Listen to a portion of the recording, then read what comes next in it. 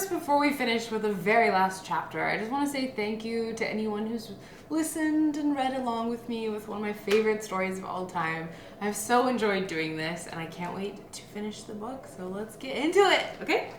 The last one is called, again, The Man with Two Faces. And here's our chapter art.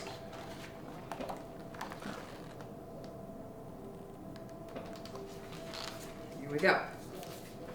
So last time, just to reiterate, the last thing we saw was that there was someone in the last chamber, but it wasn't Snape and it wasn't Voldemort. It was Quirrell.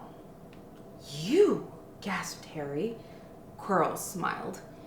His face wasn't twitching at all. Me, he said calmly. I wondered whether I'd be meeting you here, Potter. But I thought Snape. Severus. Quirrell laughed, and it wasn't his usual quivering tremble either, but cold and sharp. Yes, Severus does seem the type, doesn't he?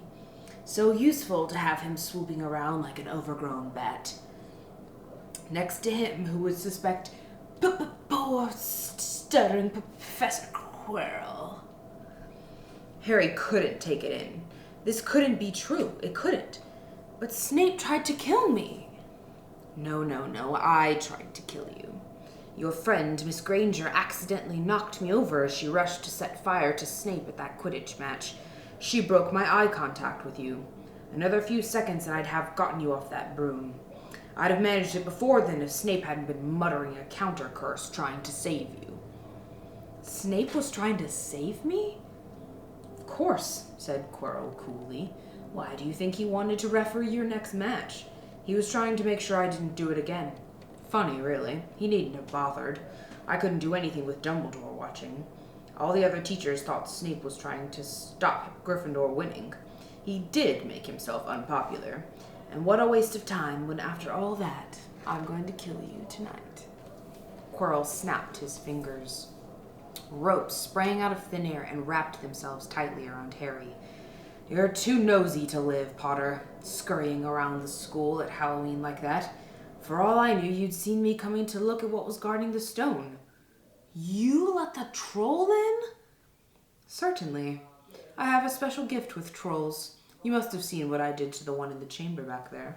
Unfortunately, while everyone else was running around looking for it, Snape, who already suspected me, went straight to the third floor to head me off. Not only did my troll fail to beat you to death, that three-headed dog didn't even manage to bite Snape's leg off properly. Now wait quietly, Potter. I need to examine this interesting mirror. It was only then that Harry realized what was standing behind Quirrell. It was the mirror of Erised. This mirror is the key to finding the stone, Quirrell murmured, tapping his way around the frame. Trust Dumbledore to come up with something like this. But he's in London. I'll be far away by the time he gets back. All Harry could think of doing was to keep Quirrell talking and stop him from concentrating on the mirror. I saw you and Snape in the forest, he blurted out. Yes, said Quirrell idly, walking around the mirror to look at the back. He was on to me by that time, trying to find out how far I'd got. He suspected me all along, tried to frighten me, as though he could when I had Lord Voldemort on my side. Quirrell came back out from behind the mirror and stared hungrily into it. I see the stone. I'm presenting it to my master. But where is it? Harry struggled against the ropes binding him, but they didn't give. He had to keep Quirrell from giving his whole attention to the mirror. But Snape always seemed to hate me so much. Oh, he does, said Quirrell casually. Heavens, yes. He was at Hogwarts with your father, didn't you know? They loathed each other, but he never wanted you dead. But I heard you a few days ago, sobbing. I thought Snape was threatening you. For the first time, a spasm of fear flitted across Quirrell's face. Sometimes, he said, I find it hard to follow my master's instructions. He's a great wizard, and I am weak. You mean he was there in the classroom with you? Harry gasped. He is with me wherever I go, said Quirrell quietly. I met him when I traveled around the world. A foolish young man I was then, full of ridiculous ideas about good and evil. Lord Voldemort showed me how wrong I was. There is no good and evil. There is only power, and those too weak to seek it. Since then, I have served him faithfully, although I have let him down many times. He has had to be very hard on me. Quirrell shivered suddenly. He does not forgive mistakes easily. When I failed to steal the stone from Gringotts, he was most displeased. He punished me, decided he would have to keep a closer watch on me. Quirrell's voice tailed away. Harry was remembering his trip to Diagon Alley. How could he have been so stupid? He'd seen Quirrell there that very day, shaken hands with him in the leaky cauldron. Quirrell cursed under his breath. I don't understand. Is the stone inside the mirror? Should I break it? Harry's mind was racing. What I want more than anything else in the world at the moment, he thought, is to find the stone before Quirrell does. So if I look in the mirror, I should see myself finding it, which means I'll see where it's hidden. But how can I look without Quirrell realizing what I'm up to? He tried to edge to the left to get in front of the glass without Quirrell noticing, but the ropes around his ankles were too tight. He tripped and fell over. Quirrell ignored him. He was still talking to himself. What does this mirror do? How does it work? Help me, master. And to Harry's horror, a voice answered, and the voice seemed to come from Quirrell himself. Use the boy. Use the boy. Quirrell rounded on Harry. Yes, Potter, come here. He clapped his hands, and at once the ropes binding Harry fell off. Harry got slowly to his feet. Come here, Quirrell repeated. Look in the mirror and tell me what you see. Harry walked towards him. I must lie, he thought desperately. I must look and lie about what I see, that's all. Quirrell moved close behind him. Harry breathed in the funny smell that seemed to come from Quirrell's turban. He closed his eyes, stepped in front of the mirror, and opened them again. He saw his reflection, pale and scared-looking at first, but a moment later the reflection smiled at him. It put its hand into its pocket and pulled out a blood-red stone. It winked and put the stone back in its pocket, and as it did so, Harry felt something heavy drop into his real pocket. Somehow, incredibly, he got the stone. Well, said Quirrell impatiently, what do you see? Harry screwed up his courage. I see myself shaking hands with Dumbledore, he invented. I've won the House Cup for Gryffindor. Quirrell cursed again. Get out of the way, he said. As Harry moved aside, he felt the Sorcerer's stone against his leg. Dare he make a break for it? But he hadn't walked 5 paces before a high voice spoke, though Quirrell wasn't moving his lips. He lies! He lies! Potter, come back here, Quirrell shouted. Tell me the truth. What did you just see? The high voice spoke again. Let me speak to him, face to face. Master, you are not strong enough. I have strength enough for this. Harry felt as if Devil's Snare was rooting him to the spot. He couldn't move a muscle. Petrified, he watched as Quirrell reached up and began to unwrap his turban. What was going on? The turban fell away. Quirrell's head looked suddenly strangely small without it, and then he turned slowly on the spot. Harry would have screamed, but he couldn't make a sound. Where there should have been a back to Quirrell's head, there was a face, the most terrible face Harry had ever seen. It was chalk white with glaring red eyes and slits for nostrils like a snake. Got a picture of that process.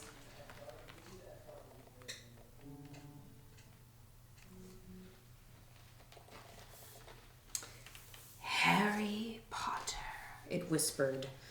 Harry tried to take a step backwards, but his legs wouldn't move. See what I've become, the face said. Mere shadow and vapor. I have form only when I can share another's body, but there have always been those willing to let me into their hearts and minds. Unicorn blood has strengthened me these past weeks. You saw faithful Quirrell drinking it for me in the forest. And once I have the elixir of life, I will be able to create a body of my own. Now why don't you give me that stone in your pocket? So he knew. The feeling suddenly surged back into Harry's legs. He stumbled backwards.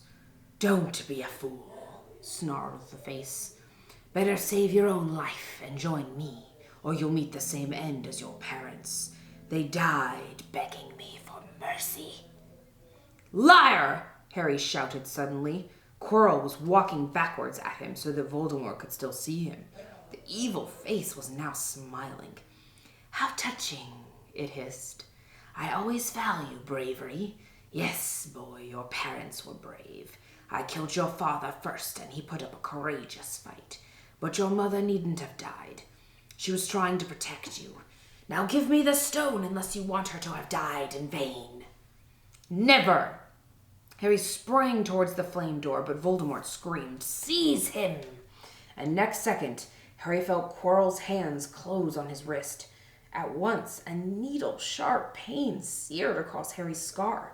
His head felt as though it was about to split in two. He yelled, struggling with all his might, and to his surprise, Quirrell let go of him. The pain in his head lessened. He looked around wildly to see where Quirrell had gone and saw him.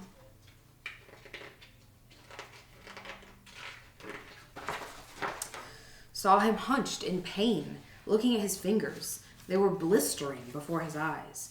"Seize him! Seize him!" shrieked Voldemort again, and Quirrell lunged, knocking Harry clean off his feet, landing on top of him, both hands around Harry's neck. Harry's scar was almost blinding him with pain, yet he could see Quirrell howling in agony. "Master, I cannot hold him! My hands! My hands!" And Quirrell, though pinning Harry to the ground with his knees, let go of his neck and stared bewildered at his own palms. Harry could see they looked burnt, raw, red, and shiny. "Then kill him, fool, and be done!" screeched Voldemort.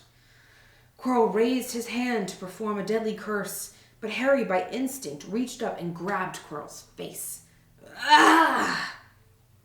Quirrell rolled off of him, his face blistering too, and then Harry knew. Quirrell couldn't touch his bare skin, not without suffering terrible pain. His only chance was to keep hold of Quirrell, keep him in enough pain to stop him doing a curse.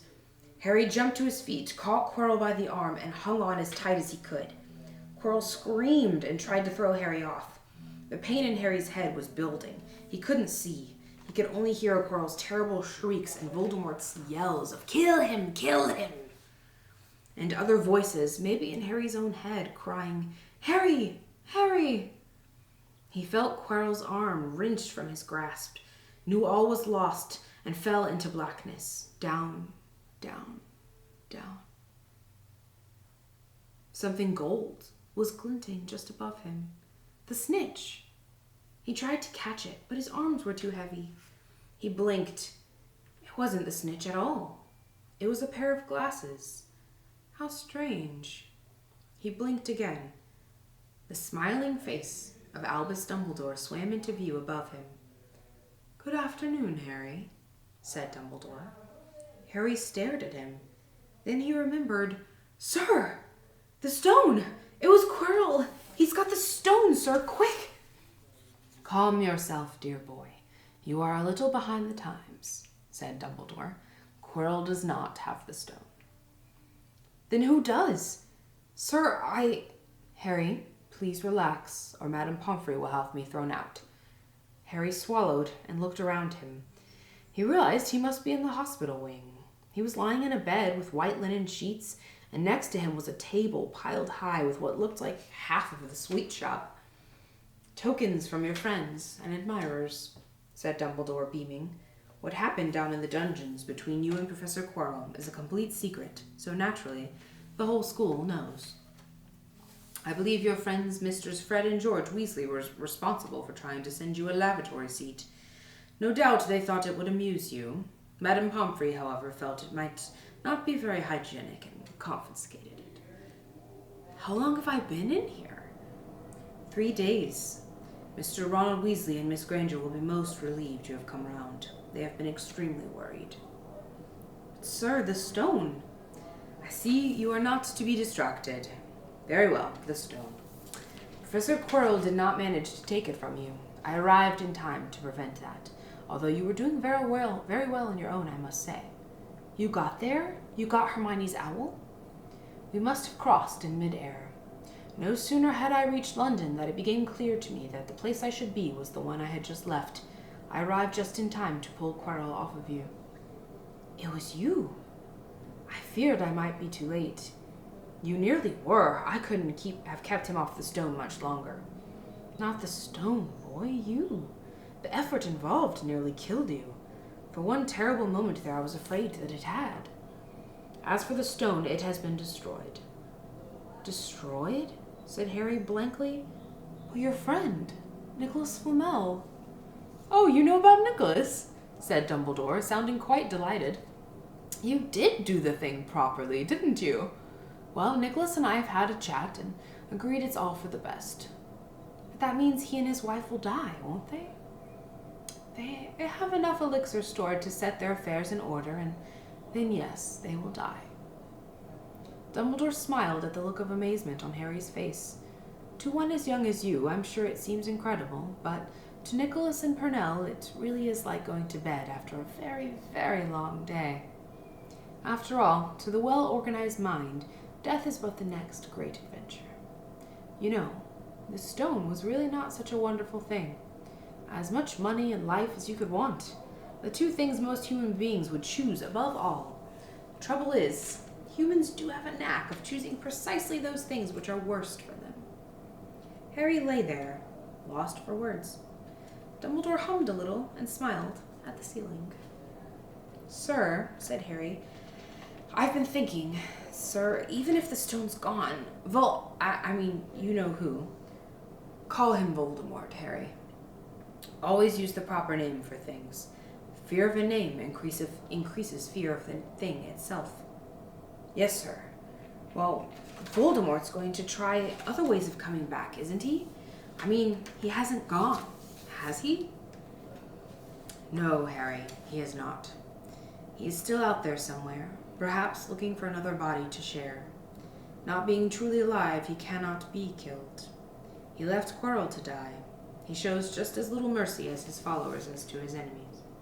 Nevertheless, Harry, while you may only have delayed his return to power, it will merely take someone else who is prepared to fight what seems a losing battle next time. And if he is delayed again and again, why, he may never return to power.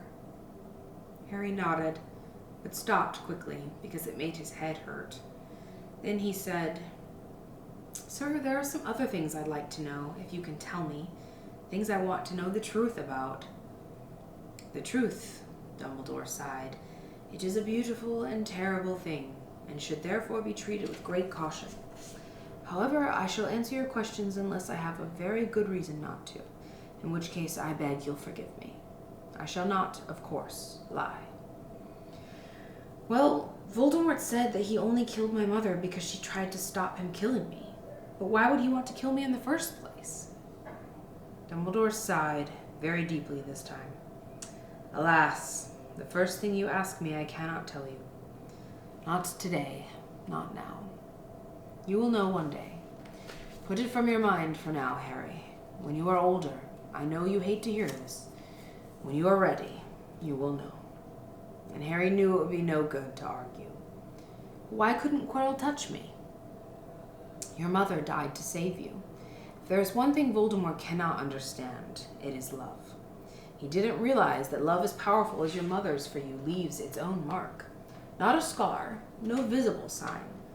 To have been loved so deeply, even though the person who loved us is gone, will give us some protection forever. It is in your very skin. Quirrell, full of hatred, greed, and ambition, sharing his soul with Voldemort, could not touch you for this reason. It was agony to touch a person marked by something so good. Dumbledore now became very interested in a bird out on the windowsill, which gave Harry time to dry his eyes on the sheet. When he had found his voice again, Harry said, And the invisibility cloak, do you know who sent it to me? Ah, your father happened to leave it in my possession, and I thought you might like it. Dumbledore's eyes twinkled. Useful things. Your father used it mainly for sneaking off to the kitchens to steal food when he was here. There's a picture of Harry. I love this. It's very cool style.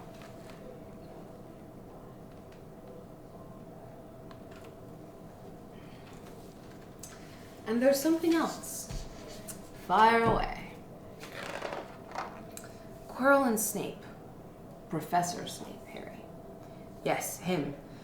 Quirrell said he hates me because he hated my father. Is that true?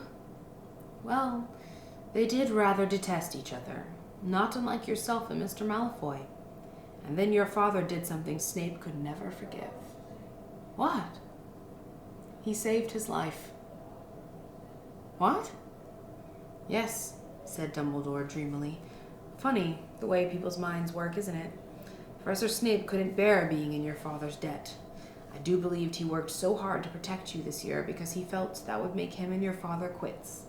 And then he could go back to hating your father's memory in peace. Harry tried to understand this, but it made his head pound, so he stopped. And sir, there's one more thing. Just the one. How did I get the stone out of the mirror? Ah, now I'm glad you asked me that. It was one of my more brilliant ideas, and between you and me, that's saying something. You see, only one who wanted to find the stone, find it, but not use it, would be able to get it. Otherwise, they just see themselves making gold or drinking elixir of life. My brain surprises even me sometimes. Now, enough questions. I suggest you make a start on these sweets. Ah, Bertie Bott's every flavor beans. I was unfortunate enough in my youth to come across a vomit-flavored one, and since then, I'm afraid I've rather lost my liking for them. But I think I'll be safe with a nice toffee, don't you? He smiled and popped the golden brown bean into his mouth. Then he choked and said, Alas, earwax. Madame Pomfrey, the matron, was a nice woman, but very strict. Just 5 minutes, Harry pleaded. Absolutely not. You let Professor Dumbledore in? Well, of course. That was the headmaster. Quite different. You need rest. I am resting. Look, lying down and everything. Go on, Madame Pomfrey. Oh, very well, she said, but 5 minutes only. And she let Ron and Hermione in. Harry! Hermione looked ready to fling her arms around him again, but Harry was glad she held herself in, as his head was still very sore. Oh, Harry, we were sure you were going to... Dumbledore was so worried. The whole school's talking about it, said Ron.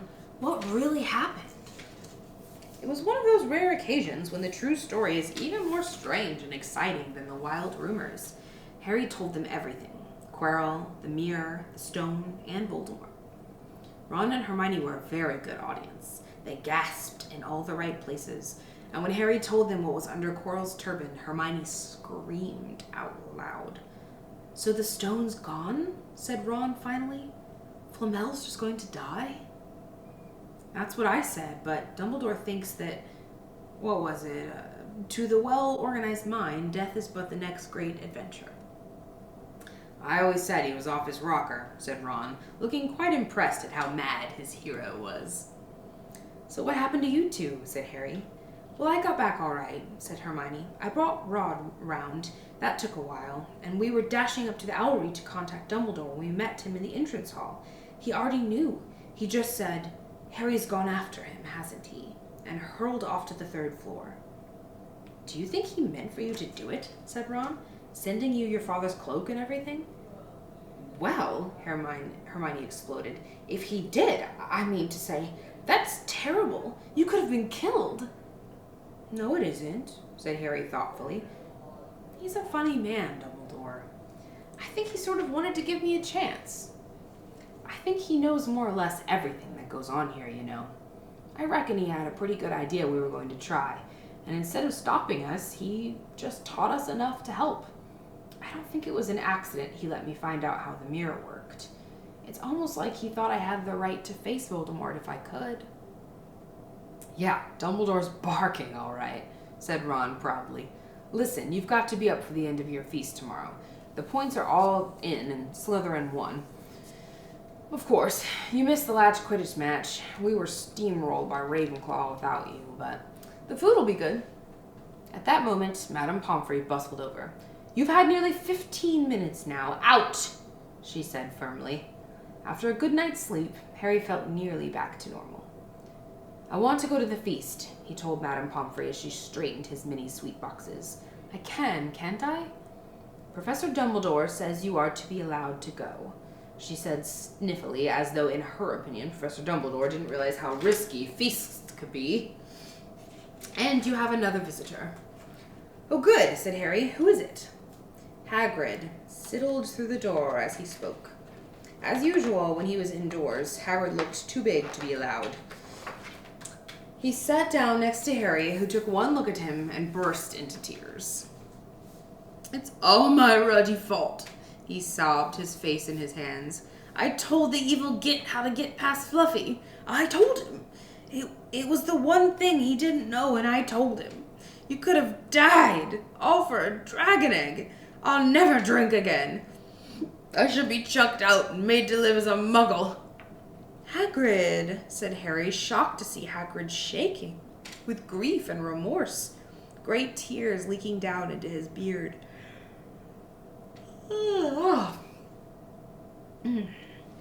Hagrid, he'd have found out somehow. This is Voldemort we're talking about.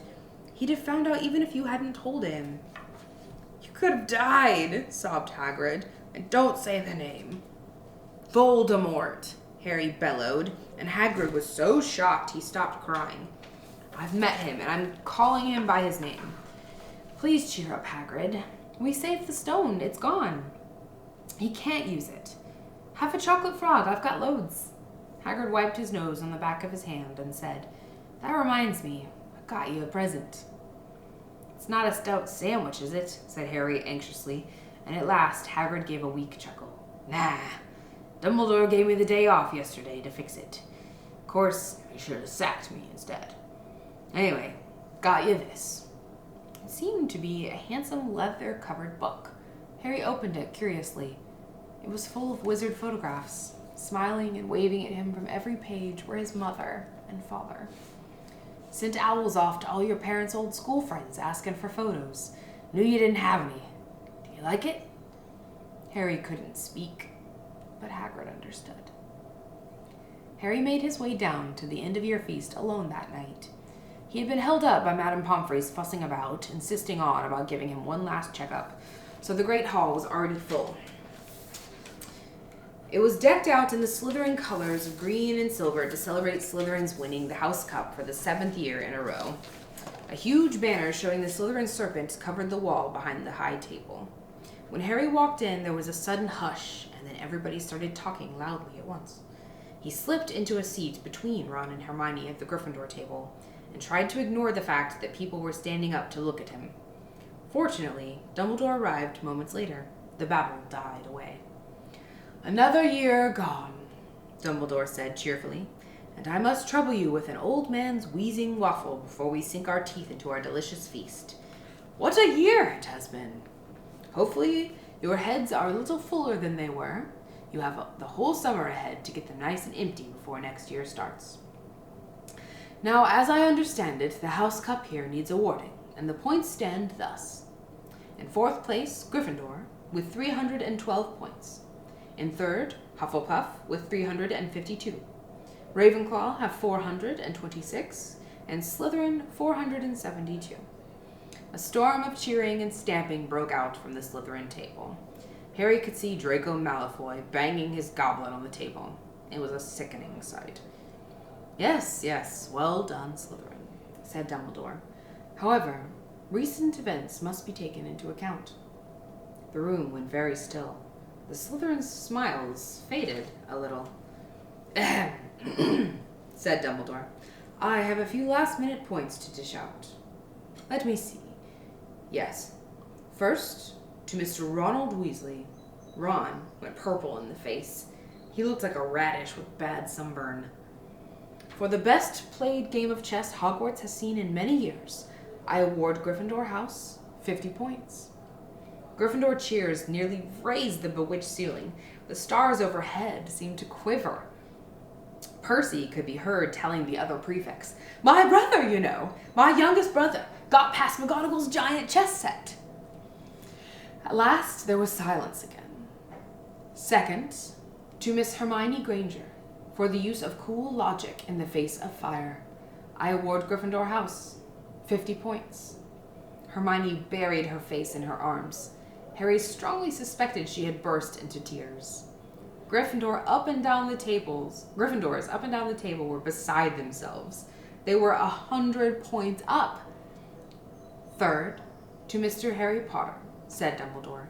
The room went deadly quiet. "For pure nerve and outstanding courage, I award Gryffindor House 60 points. The din was deafening.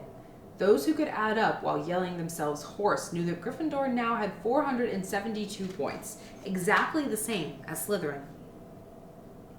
They had drawn for the House Cup. If only Dumbledore had given Harry just one more point. Dumbledore raised his hand. The room gradually fell silent. "There are all kinds of courage," said Dumbledore, smiling. "It takes a great deal of bravery to stand up to our enemies, but just as much to stand up to our friends. I therefore award 10 points to Mr. Neville Longbottom." Someone standing outside the Great Hall might have thought some sort of explosion had taken place. So loud was the noise that erupted from the Gryffindor table. Harry, Ron, and Hermione stood up to yell and cheer as Neville, white with shock, disappeared under a pile of people hugging him. He had never won so much as a point for Gryffindor before. Harry, still cheering, nudged Ron in the ribs and pointed at Malfoy, who couldn't have looked more stunned and horrified if he just had the body bind curse put on him. Here's a picture of them celebrating. So sweet.